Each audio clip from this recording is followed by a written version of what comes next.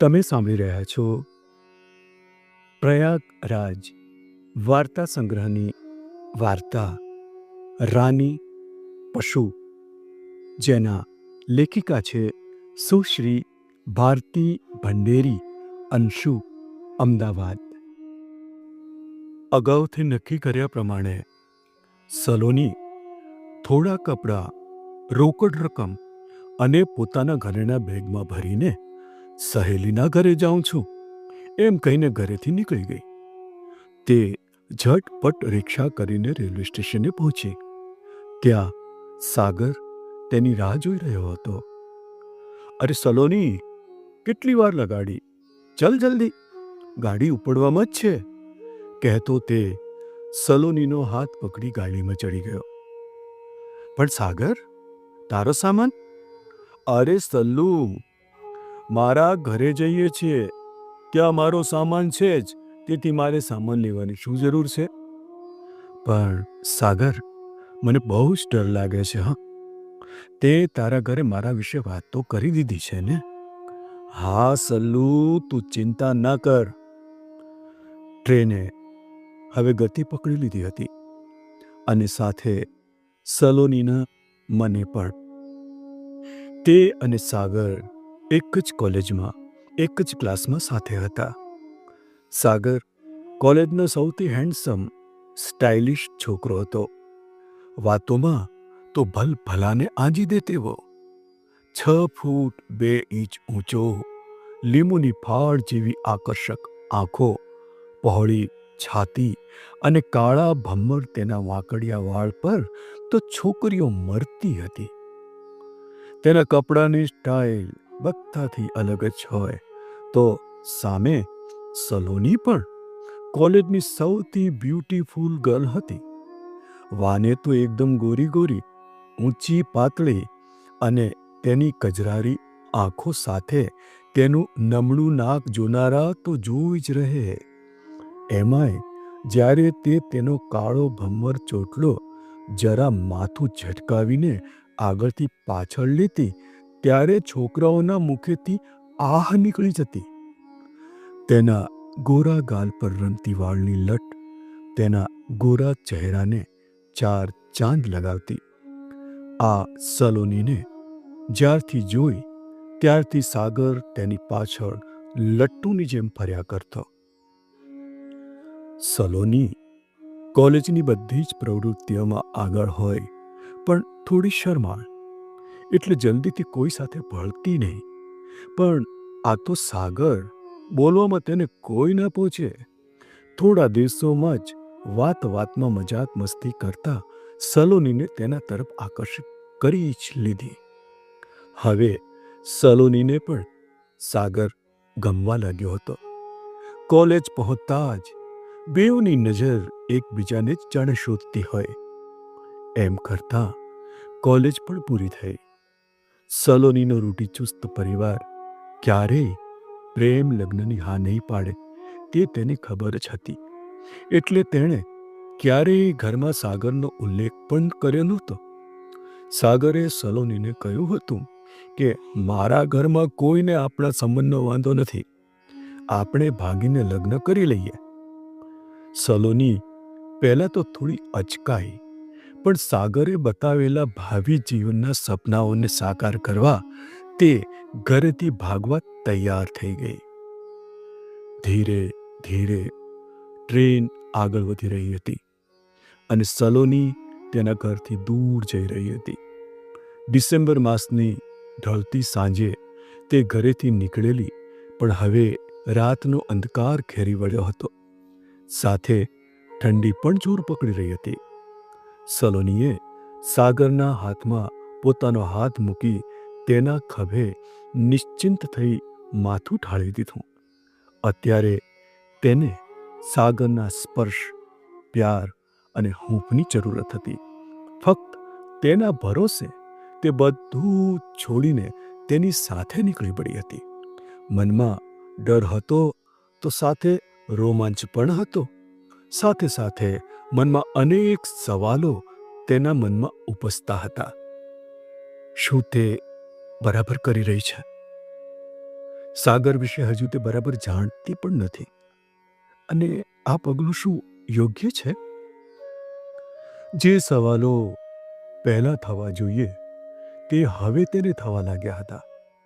દરેક ઉઠતા સવાલ સાથે તે સાંત્વના મેળવવા સાગરની વધારે નજીક સરતી હતી.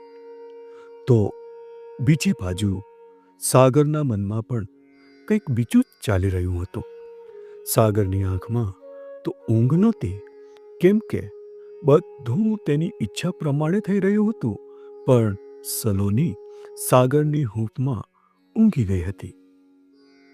રાત્રિના 3 વાગ્યાની આસપાસ એક તેણી વ્હિસલ સાથે ટ્રેન ઊભી રહી. સાગરે સલોનીને ઉઠાડી. સલોની, સલોની ચલ, આપણે અહીં જ ઉતરવાનું છે. પણ સાગર, આપણે તો આગળ જવાનું છે. અરે તું ઉતર તો ખરી, પછી કહું છું, કહેતા સાગરે રીતસર તેને ખેંચીને ઉતારી. બહાર સ્ટેશનની લાઇટ સિવાય ઘનઘોર અંધારું હતું. કયું સ્ટેશન છે એ પણ સલોનીએ ના વાંચ્યું અને બેઉ સ્ટેશનની બહાર નીકળી ગયા. તેના બે સિવાય આ નિર્જન જગ્યાએ ઉતરવાવાળું કોઈ ન હતું. સલોની રીતસર ડરી રહી હતી. સાગર, સાગર, આવી બિહામની જગ્યાએ, અને તે પણ રાત્રે તો ઉતરાતું હશે. સલોની, અહીં એક સંતની સમાધિ છે. તેના આશીર્વાદ લેવા માટે દૂર દૂરથી લોકો અહીં આવે છે. મારી ઈચ્છા આપણા લગ્ન પહેલા તેમના આશીર્વાદ લેવાની હતી, એટલે જ આપણે અહીં ઉતર્યા. અહીંથી જગ્યા થોડી દૂર છે, એટલે આપણે ચાલીને જ જવું પડશે. પણ સાગર, આટલી ઠંડીમાં આવી અંજાન જગ્યાએ ચાલીને? મને તો ડર લાગે છે. અરે સલ્લુ, હું તારે સાથે છું, પછી તારે ડરવાની શું જરૂર છે? કહીને સલોનીનો હાથ પકડીને તે સ્ટેશનની બહાર નીકળ્યો.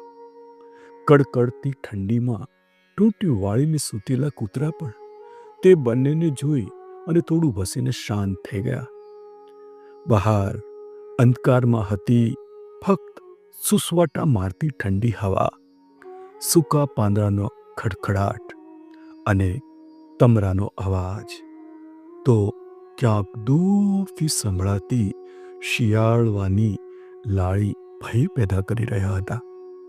ગાઢ જંગલ, પગદંડી જેવો રસ્તો, ચીબરી અને કુવળના બિહામણા અવાજો વચ્ચે પગદંડી જેવા રસ્તામાં સાગરે સલોનીને પાસે ખેંચી.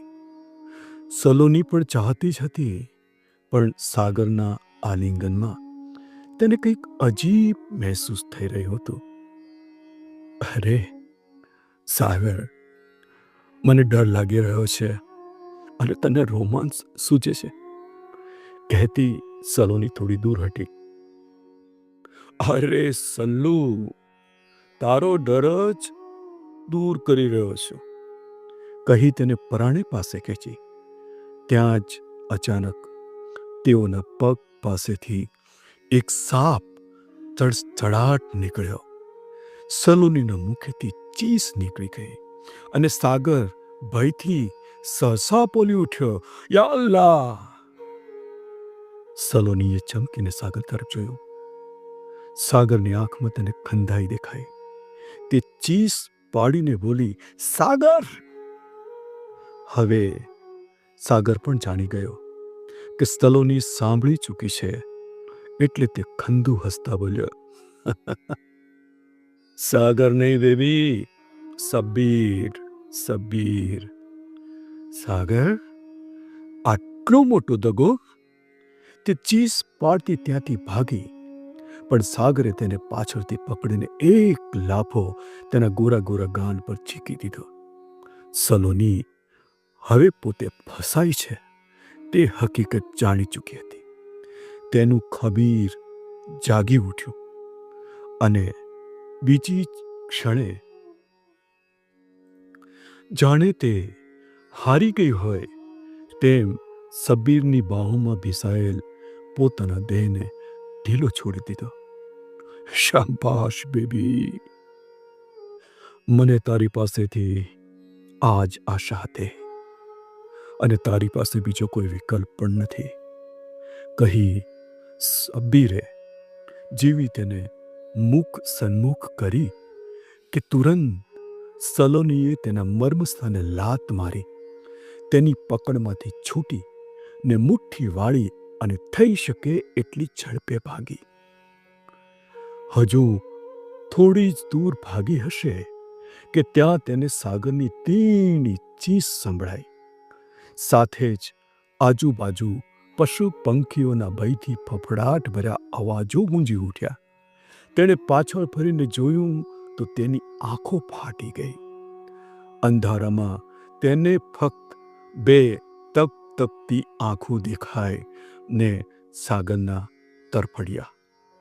તે બે હાથ જોડી ભગવાનનો આભાર માની દોડતી રહી. આખરે સંતની સમાધિના દરવાજે હાંફતી આવી પહોંચી.